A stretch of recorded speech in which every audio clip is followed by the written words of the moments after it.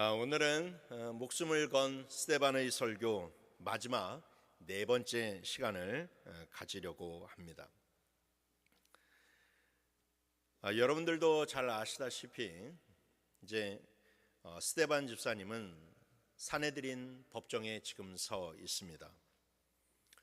성전과 율법을 모독했다라고 하는 그런 죄목으로 고발을 당했고, 이제 이 변론이 마치게 되면 그분은 악한 성전 지도자들에 의해서 목숨을 잃어버리게 될 것입니다. 그러나 여러분들, 우리가 이 7장의 내용을 쭉 살펴보았듯이 이 법정이 분명히 스데반 집사님의 죄를 책망하기 위해서, 그리고 그를 정죄하기 위해서 열려진 법정이었는데, 그런데 이 법정의 그런 전체적인 시종일관의 분위기는 무엇이냐? 오히려 스데반 집사님을 책망하려고 했던 산헤드린 공회의 사람들이 스데반 집사님으로부터 죄를 책망받고 있고, 하나님의 말씀에 의해서 그들이 잘못된 신앙이 심판받고 있는 그런 장면이 연출되고 있습니다. 예수님께서 요한복음 16장 8절에서 보혜사 성령의 역사에 대해서 이렇게 말씀하신 적이 있었어요. 그가 와서 죄에 대하여, 의에 대하여, 심판에 대하여 세상을 책망하시리라.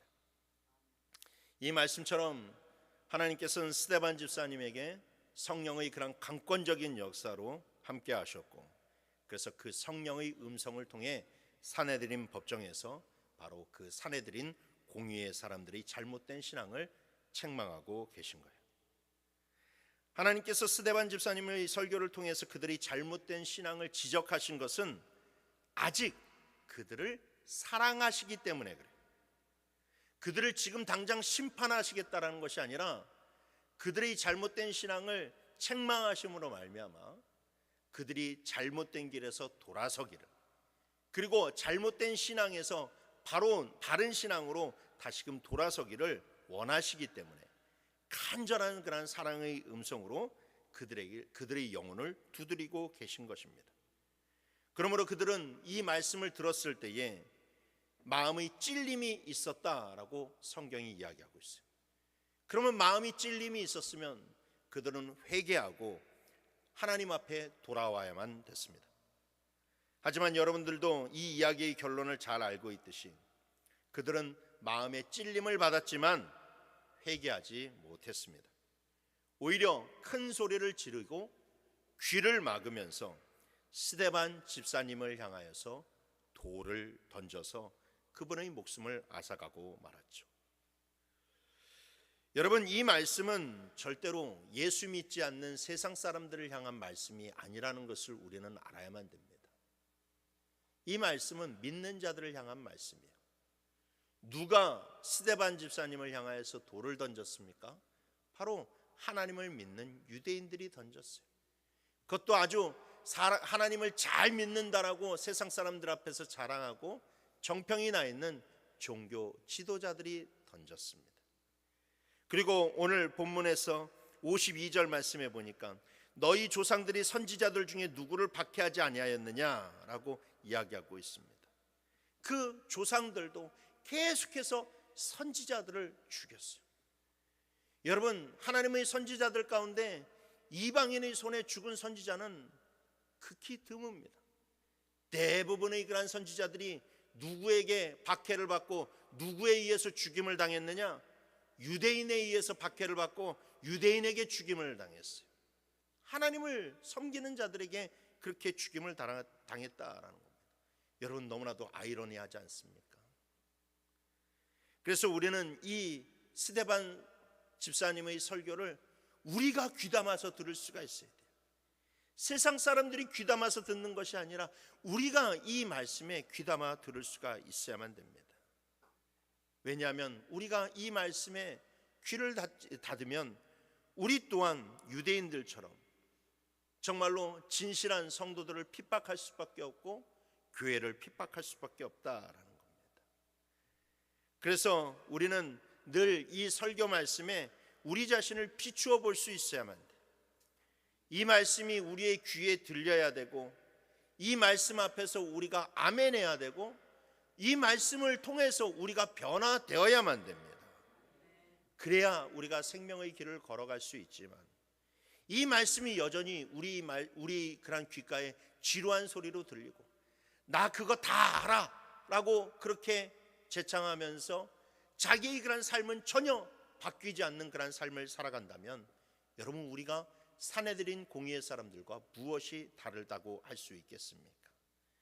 오늘 스데반 집사님의 그런 설교의 결론 부분을 우리가 살펴볼 텐데, 이 결론 부분은 앞에 있었던 모든 그런 스데반 집사님의 설교의 모든 것을 명확하게 정리해주고 있습니다. 그래서 여러분들 이 결론 부분을 잘 마음판에 새기시고, 그래서 우리 모두가 늘 생명의 길을 걸어가기에 힘쓰는 성도들이 되기를 주님의 이름으로 축원합니다. 첫 번째로, 진정한 성전은 예수 그리스도이심을 기억하시길 바랍니다. 스데반 집사님은 이제 성전에 대한 확실한 결론을 내리게 됩니다. 이제는 빙빙 돌려서 이야기하지 않고 확실하게 무엇이 정말로 진리인지를 이야기하고 있어요. 스데반 집사님은 성전에 대해서 결론을 내릴 때 먼저 성막에 대해서 이야기를 하고 있습니다. 왜냐하면 성전은 어느 날 갑자기 생겨난 건축물이 아니기 때문에 그래요. 성전이란 이스라엘 백성들이 하나님으로부터 받았던 거룩한 성막의 연장성산에 있는 그런 건물이기 때문에, 스데반 집사님은 하나님이 왜 성막을 지어 주셨는지, 그리고 무엇 때문에 성막을 지으라 하셨는지에 대한 그 존재의 이유에 대해서 먼저 설명을 하고 있습니다. 오늘 본문 44절 말씀에 보니까, 광야에서 우리 조상들에게 증거의 장막이 있었으니 이것은 모세에게 말씀하신 이가 명하사 그가 본 그 양식대로 만들게 하신 것이라 라고 이야기하고 있어요. 여기서 스데반은 성막을 가리켜서 증거의 장막이라고 호칭하고 있습니다. 그런데 여러분, 이 성막을 증거의 장막이라고 부른 것은 스데반 집사님이 그냥 임의적으로 그렇게 부르고 있는 것이 아니라 성경에서 그렇게 나와 있기 때문이에요. 출애굽기와 민수기를 보시게 되면 성경에서는 이 성막을 가리켜서 무엇이라 이야기하느냐, 증거막, 증거의 장막, 그렇게 호칭하고 있는 것을 볼 수가 있죠. 성막을 증거의 장막이라고 부르는 이유는 그 안에 모세가 하나님으로부터 받은 율법의 돌판이 그 안에 있기 때문에 그래요. 그러므로 성막을 증거의 장막이라고 부르는 것은 성막의 핵심이 무엇이다? 하나님의 말씀이다라는 거예요. 하나님이 주신 언약의 말씀이 바로 성막의 중심이기 때문에 성막을 증거의 장막이다라고 부르고 있다라는 것이죠. 또한 성막과 성전의 굉장히 독특한 점은 무엇이냐? 하나님의 명령대로 지어졌다라는 거예요. 고대의 모든 신전은 사람이 설계하고 그 사람이 중요시하는 목적과 철학에 의해서 건축물들이 지어지기 마련입니다. 그래서 요즘의 그런 건축물들도 다 이 건축가가 어떤 그런 의도와 어떤 철학을 가지고 있느냐에 따라서 그 건물이 지어지지 않습니까? 그런데 이스라엘의 성막과 성전은 달랐어요. 하나님은 모세에게 성막을 어떻게 지어야 할지 굉장히 세밀하게 알려주셨습니다. 길이는 어떻게 해야 되는지, 넓이는 몇으로 해야 되는지, 재료는 무엇을 써야 되는지, 기구는 무엇을 만들어야 되는지, 정말로 세세한 모든 성막에 대한 설계도를 하나님께서 모세에게 알려주셨다라는 거예요. 모세가 임의적으로 그것을 만든 것은 단 하나도 없었습니다. 한마디로 하나님이 설계도를 주셨어요. 그런데 이것은 성전이 지어질 때에도 마찬가지였습니다. 처음에 다윗이 하나님을 향하여서 성전을 짓고 싶다라고 하나님께 기도했을 때 하나님은 다윗이 성전을 지을 것을 허락하지 않으시고 그의 아들이 성전을 지으실 것이라고 말씀해 주셨어요. 하지만 하나님께서는 다윗에게 성전의 설계도를 주셨어요. 성전을 내가 나중에 성전이 지어질 때 그 성전이 어떻게 지어야 될지, 길이와 넓이와 높이와 그 안에 있는 기물들과 모든 재료에 이르기까지 하나님께서 모세에게 주셨던 그 모습 그대로 똑같이 다윗에게도 성전을 어떻게 지어야 할지에 대한 설계도를 주셨다라는 겁니다. 역대상 28장 19절에 보니까 솔로몬이 이렇게 이야기하죠. 다윗이 이르되 여호와의 손이 내게 임하여 이 모든 일의 설계를 그려 나에게 알려주셨느니라. 그래서 솔로몬은 아버지 다윗이 자기에게 물려준 성전의 설계도를 가지고 성전을 그대로 지었어요. 그러니까 성막이든 성전이든 모두 다 하나님이 원하시는, 하나님이 그리셨던 그 설계대로 지어졌어요. 그리고 그 평면들을 보게 되면 성전이라는 것이 그 구조나 생김새가 성막보다 조금 크기만 커졌을 뿐이지 모든 기능과 역할과 구조, 그 집기까지 모두 다 성막과 성전이 동일하다는 것을 알 수 있어요. 이것은 무엇을 의미합니까? 하나님은 성막에서 성전으로 바뀌어도 하나님이 원하시는, 하나님이 중요하게 여기시는 그 성전의 핵심 가치가 절대로 바뀌는 것을 허락하지 않으셨다라는 거예요. 성막이든 성전이든 그 핵심 가치는 절대로 변하지 말아야 된다라는 거예요. 그러면 성막과 성전의 핵심 가치는 무엇입니까? 유대인들은 성전이 하나님이 유일하게 이 땅에서 거주하시는 하나님의 실체적인 집으로 생각했어요.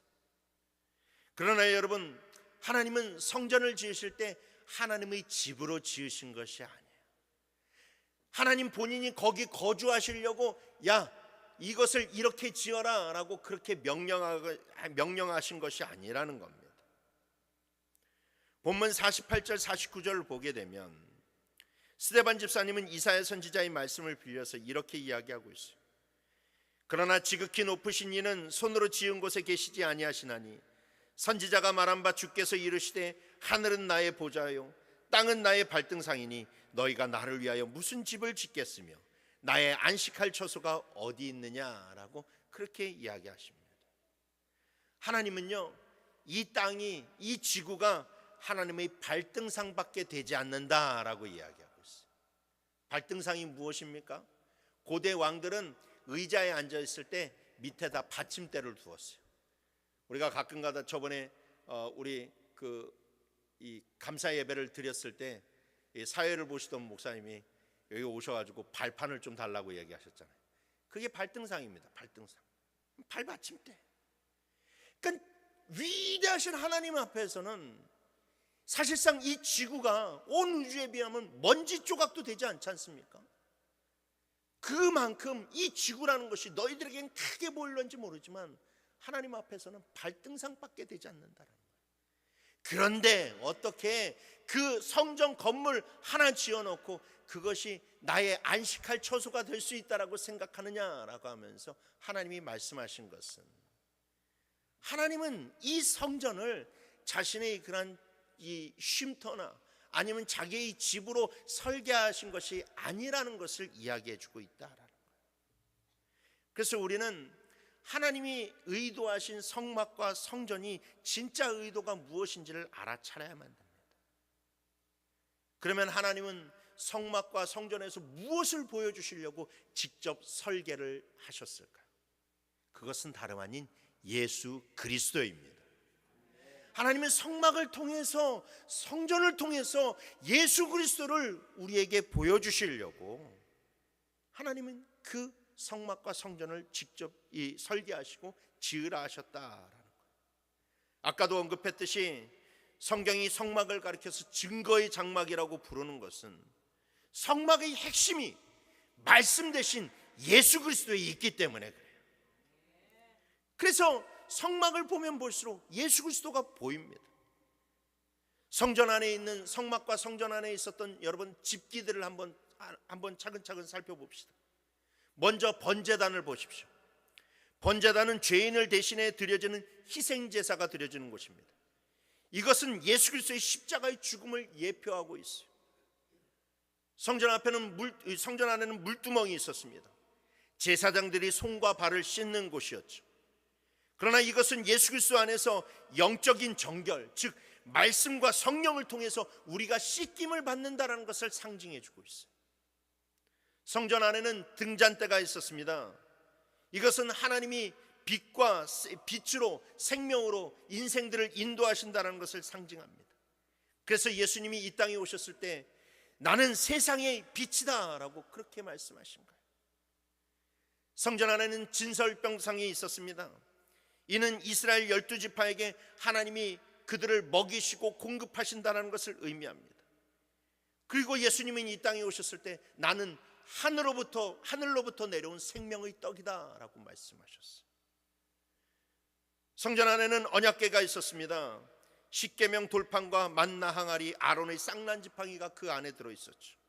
이는 하나님의 말씀과 하나님의 공급과 하나님의 권위를 상징해요. 그리고 이 모든 것이 다 예수 그리스도를 의미하는 것입니다. 성전 안에는 휘장이 있었습니다.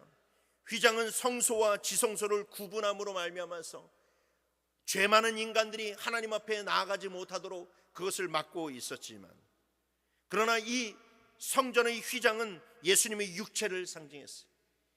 예수님의 죽음으로 말미암아 휘장이 찢어져 누구나 하나님 앞에 나아갈 수 있게 되었다라는 거예요. 이처럼 성막과 성전은 온통 예수 그리스도에 대해서 이야기하고 있어요. 그래서 히브리서 기자는 히브리서 8장 5절 6절 말씀에 이렇게 이야기합니다. 그들이 섬기는 것은 하늘에 있는 것의 모형과 그림자라. 모세가 장막을 지으려 할 때에 지시하심을 얻은 것 같으니 이르시되 삼가 모든 것을 산에서 내게 보이던 본을 따라 지으라 하셨느니라. 그러나 이제 그는 더 아름다운 직분을 얻으셨으니 그는 더 좋은 약속으로 세우신 더 좋은 언약의 중보자시라. 아멘. 그래요 여러분, 성전과 성막은 하늘에 있는 것의 모형과 그림자였어요. 그런데 하늘에 있는 것이 무엇의 모형과 그림자냐? 바로 중보자 되시는, 언약의 중보자 되시는 예수 그리스도의 모형과 그림자였다라는 거예요.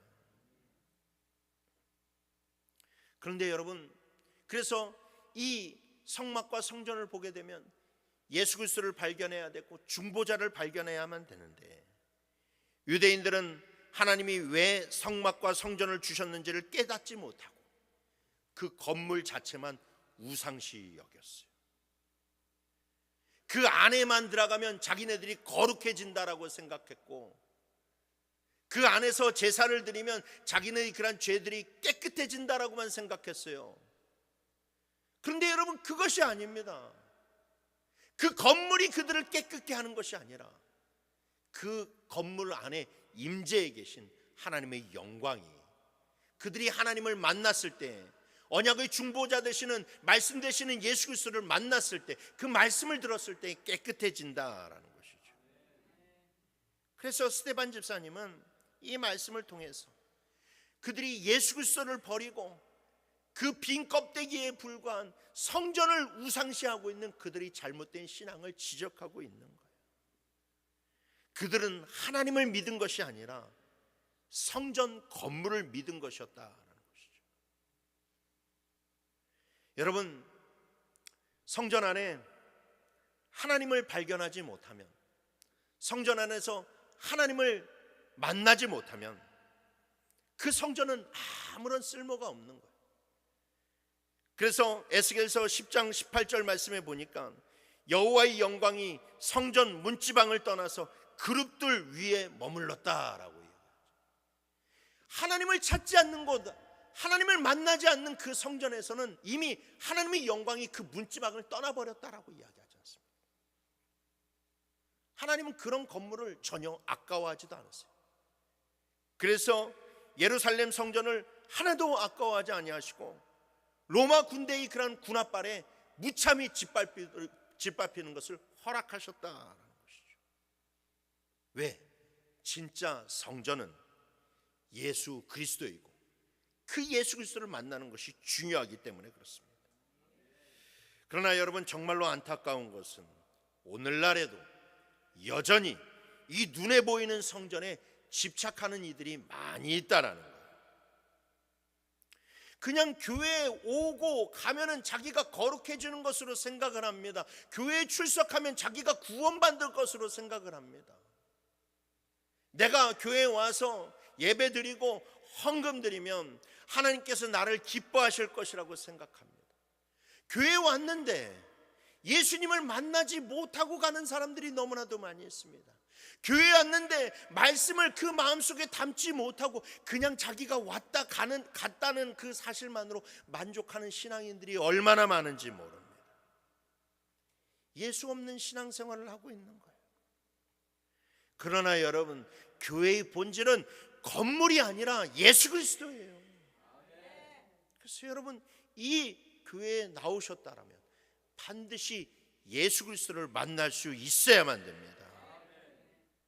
예수 그리스도를 만나지 못한다면 여러분, 우리 광연 순복음교회는 그냥 좋은 건물에 불과하다라는 것이죠. 교회의 시설을 우리가 아끼고 정결하게 유지하는 것이 성도의 본분이긴 하지만, 그러나 여러분, 우리 진짜 본분은 무엇이냐?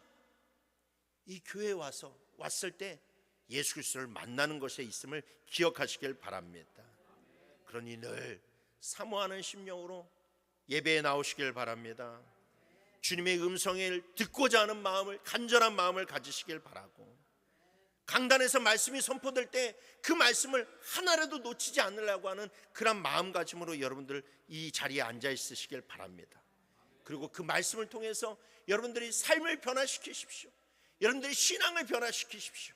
그래서 늘 생명길을 걸어가는 성도님들이 되시길 주님의 이름으로 축원합니다. 두 번째로, 오늘날 이 땅의 성전은 성도 각자의 개인과 또한 성도들의 모임이라는 것을 반드시 기억하시길 바랍니다.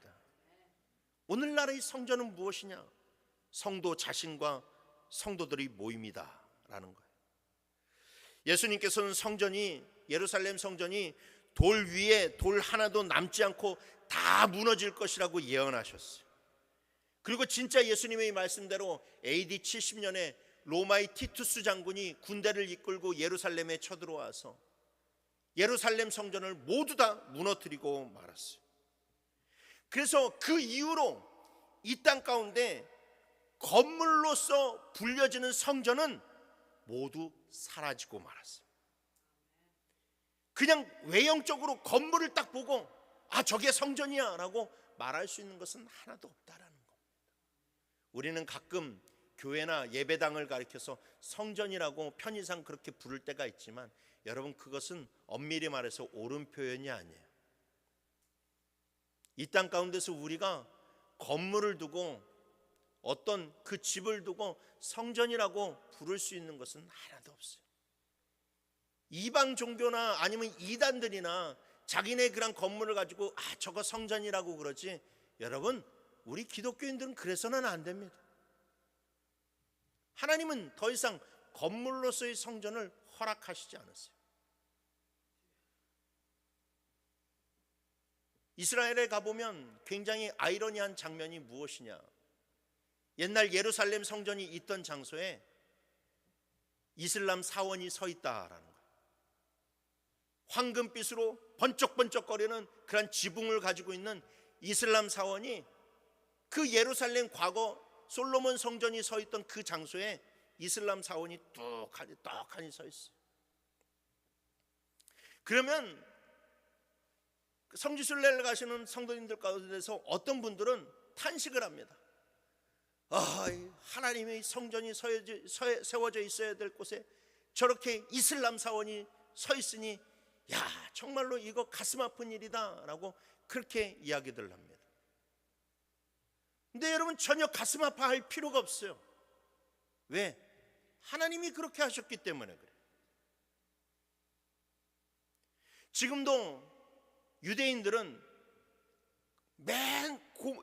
생각하는 것이 그 이슬람 사원을 어떻게 무너뜨리고 거기에다가 제3의 성전을 세울까, 그것을 고심하고 있어요. 그것을 위해서 기금도 다 마련이 되어 있고 정말로 철저한 준비가 되어 있어요. 그런데 거기에 돈도 있고 인력도 있고 모든 것도 있지만 거기에 자기네들이 그 제3성전을 세울 수가 없어요. 아이러니하죠. 그 땅이 이스라엘 땅인데 왜 거기에다가 그 사원을, 이슬람 사원을 무너뜨리고 자기네들이 원하는 성전을 세우지 못합니까? 그거 무너뜨리는 순간 세계 전쟁이 나기 때문에 그래요. 그거 무너뜨리는 순간 그 주변에 있는 이슬람 모든 국가들이 이 이스라엘 향하여서 막 그냥 폭격을 하고 핵폭탄을 쓰고 그냥 가진 수단과 방법을 다해서 아주 이스라엘을 그냥 세상 가운데서 없애버릴 거기 때문에 이스라엘도 그것을 함부로 행하지 못하는 거예요. 하나님이 놀라운 지혜, 절대 건물로서의 성전을 원하시지 않는다라는 거예요. 이제는 건물로서의 성전은 이 땅에 없다라는 거예요. 왜? 이제 하나님께서 다른 성전을 세우셨기 때문에. 그 성전은 무엇입니까? 바로 저와 여러분들 자신입니다. 그리고 우리가 모인 성도들이 모임이라는 거예요. 고린도전서 3장 16절 18절 17절에서 사도 바울은 이렇게 이야기합니다. 너희는 너희가 하나님의 성전인 것과 하나님의 성령이 너희 안에 계신 것을 알지 못하느냐? 누구든지 하나님의 성전을 더럽히면 하나님이 그 사람을 멸하시리라. 하나님의 성전은 거룩하니 너희도 그러하니라. 아멘. 그렇습니다. 이제 하나님은 성도들을 성전으로 세우셨어요. 성도들의 이 성전의 핵심은 무엇이냐? 하나님이 그 건물 가운데 임재하고 계시다라는 것이었어요. 그런데 이제 건물로서의 성전이 없어지니까 하나님께서 성령을 통해서 성도들 각자의 개인에게 임재하심으로 말미암아 성도들을 성전으로 삼으셨다라는 거예요. 그리고 성도들이 함께 모일 때에 성령으로 임재하심으로 말미암아 성도들의 모임을 성전으로 세우셨다라는 거예요. 그러므로 여러분, 성도는 단순히 예배당에 모여서 예배하는 사람들이 아니라 그 자체가 하나님의 임재와 영광을 드러내는 살아있는 성전이라는 것을 반드시 알아야만 됩니다. 우리가 어디에 있든지 무엇을 하든지 우리 안에 계신 성령님을 통해서 하나님이 드러나고 세상은 여러분들을 통해서 하나님의 존재와 뜻을 볼 수 있어야만 돼요. 오늘날 많은 사람들이 교회를 건물로 이해하지만, 그러나 성경은 교회의 본질이 성도들이 모임이라는 것을 분명히 강조하고 있어요. 교회는 이 건물이 아니에요. 이 건물을 교회라고 하는 것은 이 교회 안에 예수를 믿는 우리가 모이기 때문에 교회라고 하는 거예요. 에베소서 2장 21절 22절 말씀에 그의 안에서 건물마다 서로 연결하여 주 안에서 성전이 되어가고 너희도 성령 안에서 하나님이 거하실 처소가 되기 위하여 그리스도 예수 안에서 함께 지어져 가느니라. 그래서 여러분, 우리는 성전이라는 것을 기억해야만 됩니다. 그렇다면 여러분, 우리가 성전이라는 것을 무엇을 의미합니까? 성도는 자신의 몸과 삶을 거룩하게 지켜야만 된다라는 거예요. 그리고 우리는 증거의 장막이 되어서 증인의 삶을 살아가야만 된다라는 것이죠. 우리들의 말과 우리들의 행동, 우리들의 섬김, 우리들의 사랑, 우리들의 인격, 여러분들의 인품, 그 모든 것들이 다 하나님이 임재하시는 그 통로가 되어야만 된다라는 거예요. 여러분, 성전은 거룩한 곳입니다. 또 성전은 하나님의 은혜가 주어지는 곳이며 하나님의 진리와 언약이 선포되는 곳이에요. 그런데 과연 나를 통해서, 여러분 우리 모임을 통해서 그러한 일들이 일어나고 있습니까? 여러분, 나는 거룩한 삶을 살아가고 있습니까? 내가 성전이 되어가고 있습니까? 여러분, 건물을 성전으로 생각하는 사람은요, 이 안에 들어왔을 때는 예수 믿는 사람처럼 행동하는데 저 밖으로 나가면 예수 믿지 않는 사람처럼 행동해요. 세상 사람들과 똑같이 행동해요.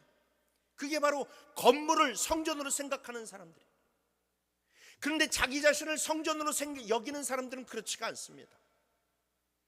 자기 자신을 성전으로 생각하는 사람은 이 안으로 들어오게 되면 서로가 성전끼리 연결되어서 하나님께 더 큰 영광을 돌릴 뿐만 아니라 저 밖에 나아가서도 내가 성전이기 때문에 내 안에 하나님의 성령이 임재하고 계시기 때문에 똑같이 하나님의 영광을 드러내는 삶을 살아가게 된다는 것이죠. 그러니 여러분 이제 다짐하시길 바랍니다. 나는 하나님의 증거의 장막이다 라고 생각하시길 바랍니다.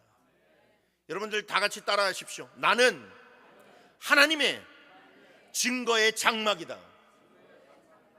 여러분 이것을 되뇌이셔야만 돼요. 사도 바울은요 고린도후서 4장 7절에서 뭐라고 얘기했냐면 늘 나의 몸과 마음 속에는 그리스도의 십자가가 있다라고 얘기했어요. 그리스도의 십자가가 있다. 여러분 그거 다른 사람에게 한 말이 아니에요. 늘 자기 자신에게 한 말이에요. 자기 자신에게 바울아 네 안에는 늘 그리스도의 십자가가 있다. 이것을 잊지 말아라. 그렇게 되뇌었어요. 여러분 우리들도 똑같아요.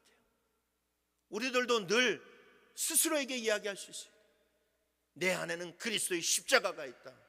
나는 하나님의 성전이다. 그것을 되뇌이면서 여러분 세상을 살아가시길 바랍니다. 그래서 어디서나 하나님의 영광이 여러분들의 삶을 통해서 여러분들의 모습을 통해서 풍성하게 드러나길 주님의 이름으로 축원합니다. 마지막 세 번째로 그러면 우리가 하나님의 성전이 되려면 과연 어떻게 해야만 하는가? 앞서 언급했듯이 우리를 성전이라고 칭하시는 것은 우리 안에 성령이 거하시기 때문에 그래요. 그래서 여러분 우리가 하나님의 온전한 성전이 되려면 어떻게 해야 되느냐? 성령의 충만함이 나타나야만 된다라는 거예요.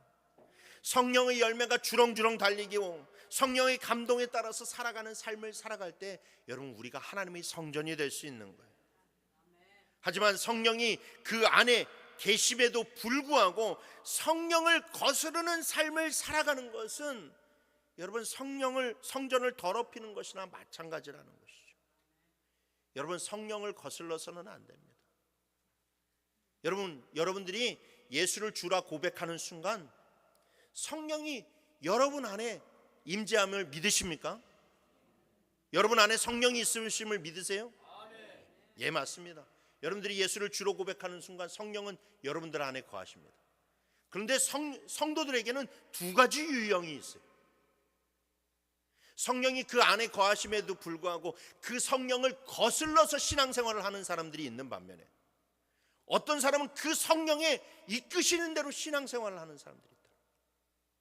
그런데 하나님의 성전이 되려면 그 성령을 거슬러서 신앙생활해서는 안 돼요.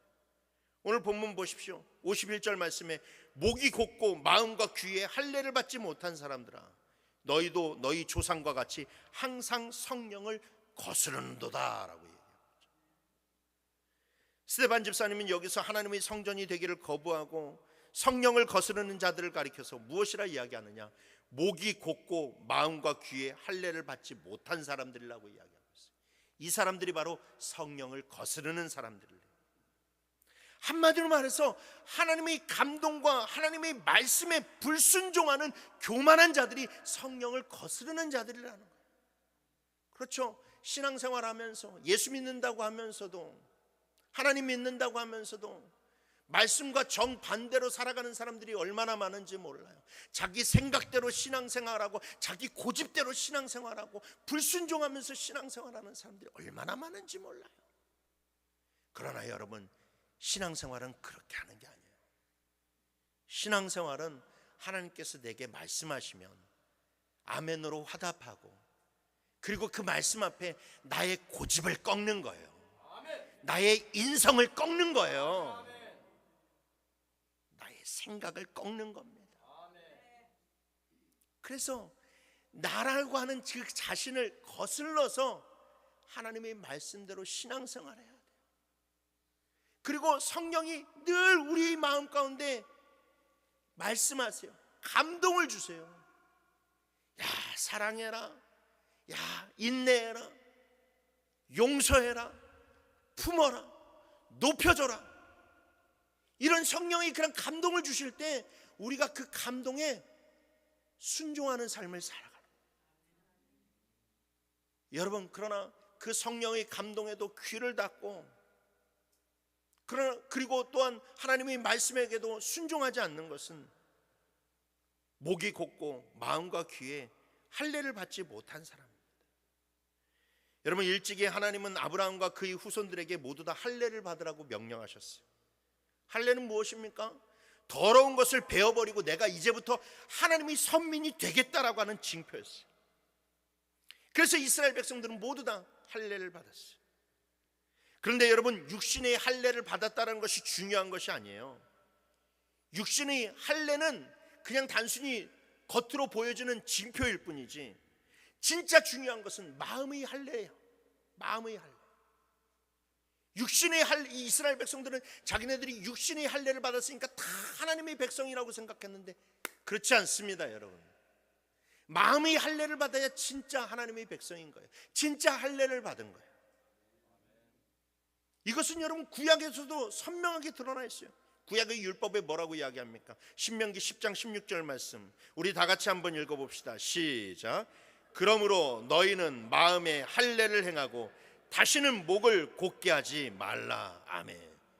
여러분, 율법에도 분명히 나와 있잖아요. 마음의 할례를 받으라고, 마음의 할례를 받으라고. 그런데 이스라엘 백성들은 육신의 할례만 중요시 여길 뿐 마음의 할례는 보이지 않았어요. 그래서 그들은 겉으로 보여지는 것만 중요시 여기고 하나님께 마음을 드리지 못했어요. 마음을 드리지 못했어요. 여러분, 신앙은 마음을 드리는 거예요. 사람은 그 마음을 볼 수 없지만 하나님은 그 마음을 보시기 때문에 우리가 그 마음까지 하나님께 드려야 진짜 하나님께서 인정하시는 그러한 신앙을 가질 수 있다는 겁니다. 그래서 예레미야서 4장 4절에서 예레미야 선지자가 뭐라고 이야기하느냐? 유다인과 예루살렘 주민들아, 너희는 스스로 할례를 행하여 너희 마음 가죽을 베고 나 여호와께 속하라. 그리하지 아니하면 너희 악행으로 말미암아 나의 분노가 불같이 일어나 사르리니 그것을 끌 자가 없으리라 라고 얘기하고 있어요. 마음의 가죽을 베라고 이야기합니다. 마음의 가죽을 베라. 여러분, 우리가 진정한 하나님의 성전이 되려면 마음의 성령으로 할례를 받아 옛사람을 벗어던지고 하나님이 지으신 새로운 사람으로 입어야만 됩니다. 아멘. 여러분, 믿음은 삶이에요. 믿음은 인격이에요. 제가 오늘 오후 시간에도 우리가 지금 오후 성경 공부 때 계속 그것을 강조하고 있고 지금 계속 그것을 가르쳐 나가고 있는데, 여러분, 믿음이란 내가 뭐 예수 그리스도를 믿습니다 라고 하는 것이 참된 믿음이 아니에요. 여러분, 그건 누구든지 할 수 있다니까요.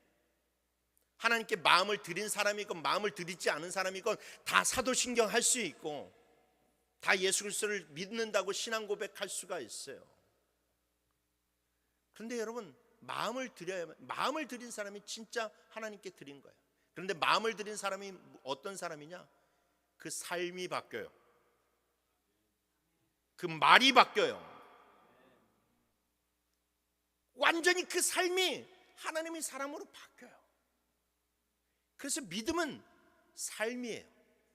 믿음은 인격이에요. 그 믿음과 인격을 구분할 수가 없어요.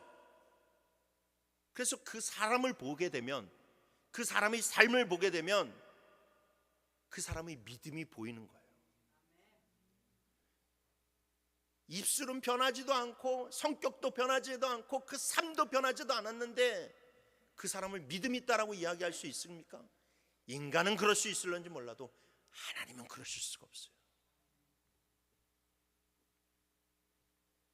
그러니 여러분, 우리가 어떻게 해야 되겠습니까? 우리가 참된 변화된 삶을 살아야만 됩니다. 여러분들은 어떻습니까? 여러분들은 거룩한 하나님의 성전입니까? 아니면 여러분들은 정말로 껍데기만 가지고 있는 그런 겉모습만 화려한 그런 성전입니까? 여러분, 우리 모두가 다 아름다운 성전이 되어가길 원합니다. 하나님의 말씀이 늘 내 안에 들려지길 원합니다. 성령의 음성이 들려지길 원합니다. 하나님의 말씀이 때로는 나를 책망하고 나를 정말로 정죄한다 할지라도 그 말씀 앞에서 여러분 귀를 막지 마시고 아멘 하면서 늘 회개하면서 주님 앞에 나아가시길 바랍니다. 그래서 우리라고 하는 그런 성전을 통해서 하나님의 사랑이 나타나길 원하고 하나님의 은혜가 나타남으로 말미암아서 저와 여러분 그리고 우리 광야연 순복음교회가 진정한 이 시대의 하나님의 성전으로 우뚝 서기를 주님의 이름으로 축원합니다.